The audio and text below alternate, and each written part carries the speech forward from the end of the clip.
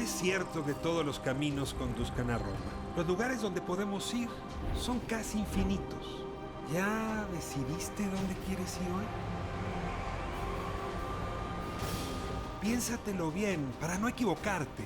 Toma en cuenta que el tablero de ajedrez ha cambiado. Hoy el rey se ha enterado que va desnudo. Y cuando el poderoso lo olvida, la verdad se encarga de desnudarlo. Hay que tener talento para pensar fuera de la caja, para combatir los prejuicios, los ajenos, pero sobre todo los propios. Cada quien posee una pieza única del rompecabezas. Por eso intentamos dialogar, para armarlo juntos. La palabra nos libera y la conversación nos empareja. Aquí no hay lugar común. Bueno, esta noche no hay lugar común. Tengo a Marta Sanz. Me da muchísimo gusto que nos acompañe. Ella es escritora española, dedicada, pues ha sido enormemente versátil en su obra, pero ha marcado época con su novela negra, con su novela policíaca. Y yo te pregunto, ¿a qué horas decidiste abrazar este extraño asunto del crimen, la investigación, lo oscuro, lo negro, negro, negro, black, black, black? Yo decidí empezar a hacer incursiones en este género, pues en cierta medida porque, fíjate, lo amaba y lo odiaba en la misma proporción.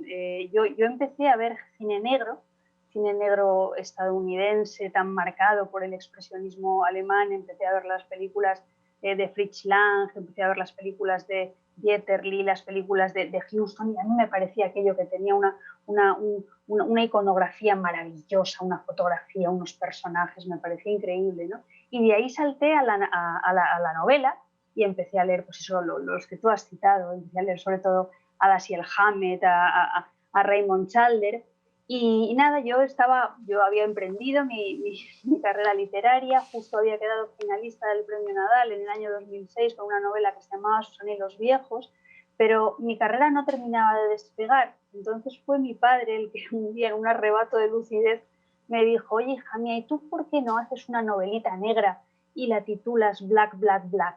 Y entonces yo dije, bueno, yo soy hija obediente, y dije bueno, y en esa preparación de Black, Black, Black, que es la primera parte de la trilogía protagonizada por el detective Arturo Zarco, yo me di cuenta de que, por un lado, estaba proyectando toda esa fascinación de la que te hablaba al principio, esos personajes, esas luces, esas sombras, esa denuncia sistemática del sistema a partir de las peripecias de los personajes, pero por otra parte también estaba haciendo una velada crítica a un campo literario que había desgrasado de la novela negra todo su poder político y su poder testimonial a fuerza de rutinizarla, a fuerza de repetir siempre lo mismo y dirigirse a unos lectores y a unas lectoras a los que nunca se les sacaba de su zona de confort. Entonces, esa es un poco la razón por la que yo empiezo a escribir novela negra, con el colmillo un poco retorcido, con sentido crítico, y a la vez con un amor inmenso por lo que son los padres y las madres de este género maravilloso. Déjame hablar un poco de este hombre con el que vives en tu cabeza, de Arturo Zarco, ¿no? Que en efecto pues te ha acompañado ya en más de un libro, la trilogía, justamente como este detective, ¿no? Este investigador, obsesionado, que podrías, digamos, volverlo pariente de Samuel Spade, supongo un poco, ¿no? O del propio Sherlock Holmes, y que caracteriza, casi me atrevo a decirlo contigo, todo lo que yo detesto de los hombres. Y es que se nos imponga que no podemos más que ser solteros, que no podemos tener emociones, que no podemos conectar con el otro, que algo tenemos truncado, pero que estamos obligados a ser héroes y que estamos obligados a resolverlo todo. Es decir, ese personaje que es siniestro cuando eres hombre, porque no hay manera en que te le parezcas. ¿Cómo te peleas tú con Zarco desde tu propia mirada de una generación justamente de mujeres que han venido transformando el espacio masculino donde vivimos? Bueno, Arturo Zarco, como tú muy bien has dicho, es un detective bastante singular, es un detective bastante peculiar, porque en esa vuelta de tuerca que yo quería dar paródicamente al género negro, me tenía que pelear un poco con el estereotipo del hard-boiled detective y también pelearme con el estereotipo del detective siempre perdedor, siempre melancólico, ¿no? Entonces, Arturo Zarco, para empezar, es un detective que es homosexual y en su renuncia, en su ocultamiento de su homosexualidad por un largo periodo de su vida, lo que está reflejando es cómo las sociedades en las que vivimos son violentas porque nos obligan a reprimirnos y nos obligan a disimular este tipo de cosas, ¿no? Que yo me llevo bien con Zarco, pese a que ya haya clausurado la trilogía. Zarco es un personaje que dice que él viviría permanentemente en el escenario de una película de Fritz Lang. Es un personaje que dice que a él de las metáforas siempre le gusta más el término imaginario que el término real. Y yo a veces me coloco en esa posición, ¿no? Con lo cual he bregado muy bien con su construcción, porque aunque es aparentemente alguien, fíjate que digo alguien, como si fuera ya una persona de la realidad, muy alejado de mí, también tiene muchas cosas. Está muy de moda los personajes en películas, sobre todo, que llaman en Hollywood la kick-ass girl, ¿no? Esta mujer que más bien parece hombre, que en efecto asume los papeles de estos estereotipos de la literatura. A mí me llama la atención con Zarco que tú logras hablar de la feminidad utilizando un personaje masculino homosexual. Pudiste haber elegido una mujer y elegiste a Zarco, ¿por qué? Sí. Pude haber elegido una mujer, pero lo que ocurre es que en la trilogía de Zarco, además de Zarco está muy bien acompañado por otros dos personajes. Uno es su exmujer, Paula Quiñones, que es una defensora de lo público, es una inspectora de Hacienda, es una mujer solidaria, es una mujer que sí que está mucho más politizada, que es menos culturalista, que es una coja bellísima y que al mismo tiempo está muy resentida porque Zarco la abandonó y ella no se dio cuenta de cuál era la condición sexual de su exmarido. Y luego, por otra parte, está Luz Arranz, que es la observadora de la realidad, la narradora, la que edita todas las peripecias de Paula y de Zarco, con lo cual creo que hay como tres voces que empastan muy bien y que generan una polifonía que nos permite ver, como tú muy bien decías al principio, las nuevas masculinidades y las nuevas miradas que tenemos sobre el feminismo a través de la interacción entre estos tres personajes. Marta, yo creo que ya has convencido al auditorio de salir mañana corriendo a una librería por si no han leído tu obra y si no para comprar lo que les falte. Déjame cerrar con una pregunta que uh, tiende a ser lugar común, pero creo que nos puedes dar tú luces y sombras sobre ella. La literatura policíaca, la novela negra, pareciera ser como el mejor cernidor para explicar una época.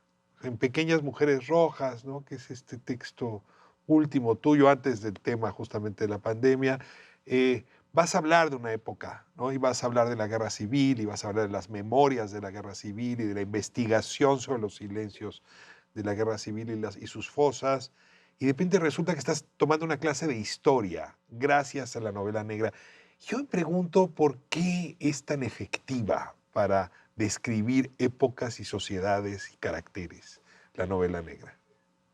Yo creo que la novela negra es tan poderosa y tan enriquecedora y tan ilustrativa en este sentido, porque no deja de ser una modalidad de la novela realista, una modalidad de la novela realista que intenta indagar por otros caminos para dar cuenta de cómo las sociedades se van transformando. Y la novela negra lo que hace es poner el foco en lo oscuro, en los ángulos muertos, en esas zonas de nuestra sociedad que a menudo no queremos ver porque nos incomodan. En el caso de Pequeñas Mujeres Rojas, como tú muy bien has señalado, creo que se pone el dedo en la llaga, por una parte en dos problemas que en realidad, aunque se enfoquen en España, son universales.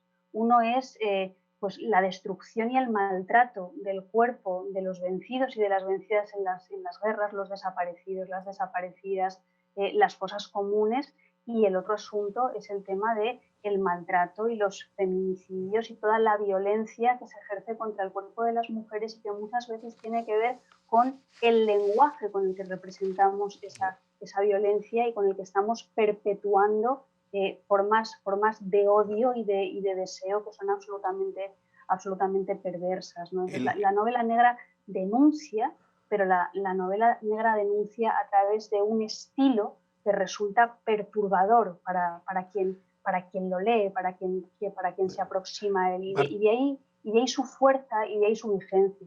Marta, nos queda un minuto para la última pregunta, y justamente tiene que ver con el cuerpo. El cuerpo en Asia lo tienen muy claro, y desde luego tú ya lo dijiste. El cuerpo también es un lienzo sobre el cual los seres humanos escribimos. Y en esta época de la pandemia, nuestros cuerpos se volvieron lienzos enormes. Y tú te has permitido justamente escribir sobre cómo afectó tu vida, tu cuerpo, tu salud, tu entorno, la pandemia. Una última frase ya para concluir sobre este ejercicio que hiciste para relatar tu pandemia, ¿no? Es un libro que está por llegar justamente a librerías mexicanas, que se llama Parte de mí. Bueno, parte de mí, es que tú lo describes también. Yo siempre he tenido una concepción de la escritura literaria en la que la escritura literaria tiene que ver mucho con el cuerpo. Lo literario es un cuerpo armónico, simétrico, repulsivo para algunas personas, atractivo para otras, y de la misma manera nuestro cuerpo es ese espacio donde se van quedando impresos los deseos y las frustraciones, las peripecias de toda nuestra vida. Entonces, a mí lo que me ocurrió durante la pandemia es que me di cuenta de que yo podía utilizar Instagram no solamente como un medio para proteger, para meter dentro de un invernadero a las amapolas que están en la portada de Pequeñas Mujeres Rojas en unos tiempos difíciles, sino que además lo podía utilizar como un diario de pandemia, donde se combinaran la imagen con la palabra, en el que se diese cuenta de esas emociones cambiantes, ese carrusel de emoción y conmoción, de miedo, de incertidumbre y de angustia que hemos estado viviendo todos y todas, ¿no? Para Poniendo tu también nombre que hay que en agarrarse a la Instagram, alegría.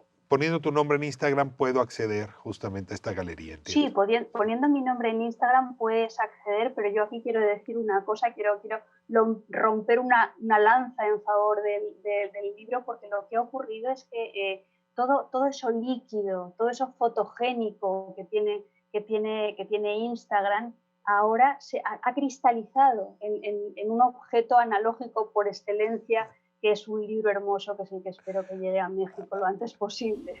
Marta, muchísimas gracias por acompañarnos. Contigo no puede haber lugar común, y lo celebro. Al público, nos encontramos la próxima semana aquí en ADN 40, sábado 11 de la noche.